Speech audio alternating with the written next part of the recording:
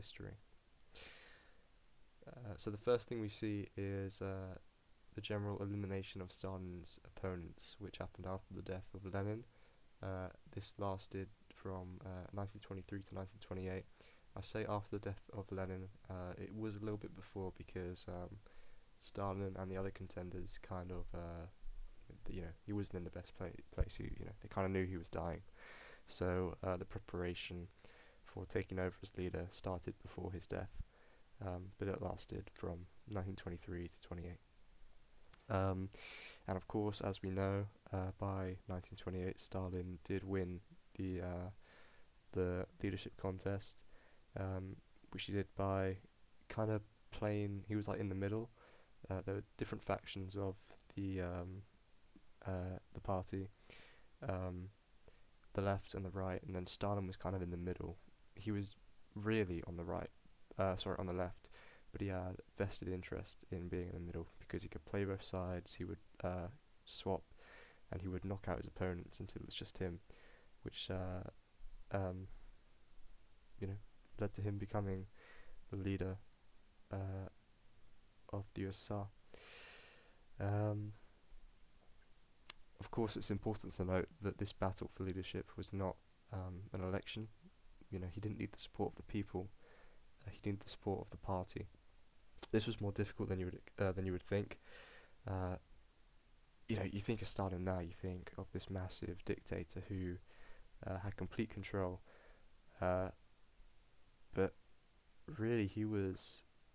I think underdog is the wrong word, but he wasn't as well respected at that time and during the early days of his reign. But so his main rivals for power were Zinoviev, who could argue to be leader because he was a true Leninist and he was a member of the Politburo. Bukharin, who was also a true Leninist and had a kind of father-son relationship to Lenin. He was also trusted to edit the Soviet newspaper.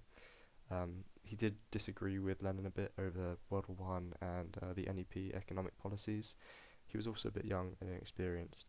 And then there was Trotsky, who was the most famous, well known for previous revolutionary attempts,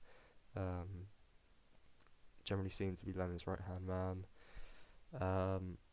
But he had a few flaws there, like he wasn't very popular in the party and disagreed with Lenin over a few issues. But the real way Stalin was able to win this was by knocking these people out one by one, setting them up, putting them up for trial, until it was just him standing.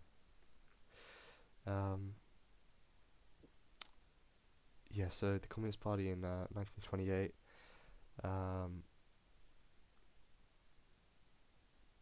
this kind of just goes over what I already said. He would, discredit the other ideas, undermine them, frame them to be not true Leninists, and until he eventually took his place as leader of the Soviet Union.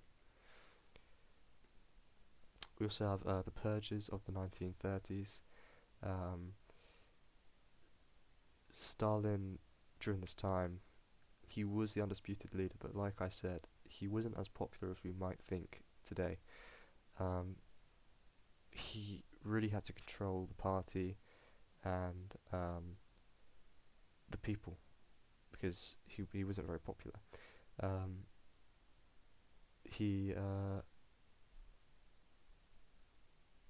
He used the murder of this guy called Kirov, who was very high up in the Communist Party, which, by the way, Stalin could have actually orchestrated. He could have conducted the assassination of Kirov and used it as an excuse to begin the purges of the 1930s. Regardless, though, he used his murder as an excuse to begin the purges, and they lasted from 1934 to 38, where he would trial his rivals and opposition, removing their influence within the party, allowing him to have complete control over the party.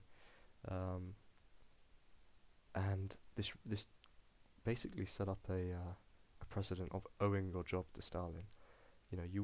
He had complete control. It was him who made the rules. He didn't have any opposition, so it was either really his way or the highway. it's a bit of a corny saying, but it's kind of true here. Um, and I think it's important also to note that it led to a precedent of terror being used. We had seen terror used before under Lenin with the Red Terror, but the scale of this one kind of set other Soviet leaders up to follow after Stalin, especially since he ended up being so popular within um, the party uh, and the country at that time. It was Lenin and Stalin, and I don't think any leader after him, really kind of lived up to that sort of idea, if that makes sense. You don't really think of Brezhnev or Khrushchev to be kind of on that same level of loved as Lenin and Stalin.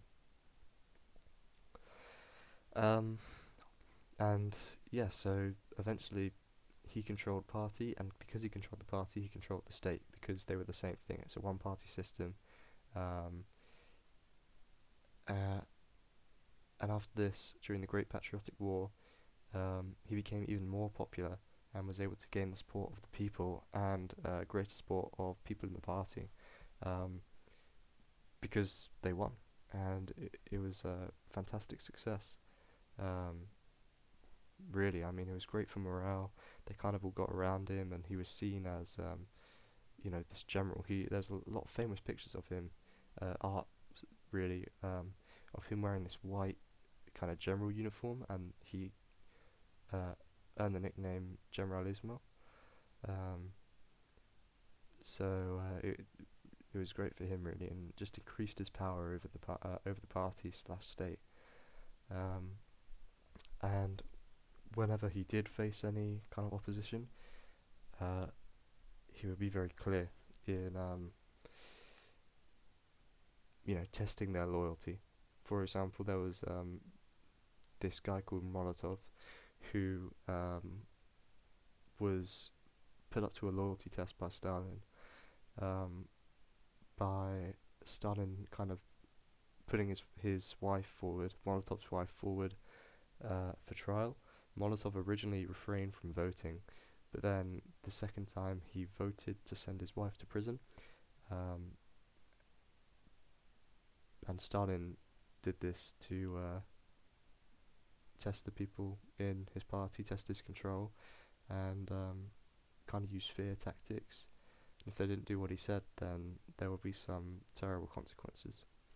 Thank you guys. I know this is my first video, so it might be a little bit rusty, but I hope you enjoyed, and I hope this was useful to you. We've got our final exams coming up soon, so I wish you all the best, and yeah, good luck. I don't know about you, but my mock's coming up soon, so I'm not doing them on Russia, I'm actually doing them on Britain, but regardless of what you're doing, good luck. Thanks.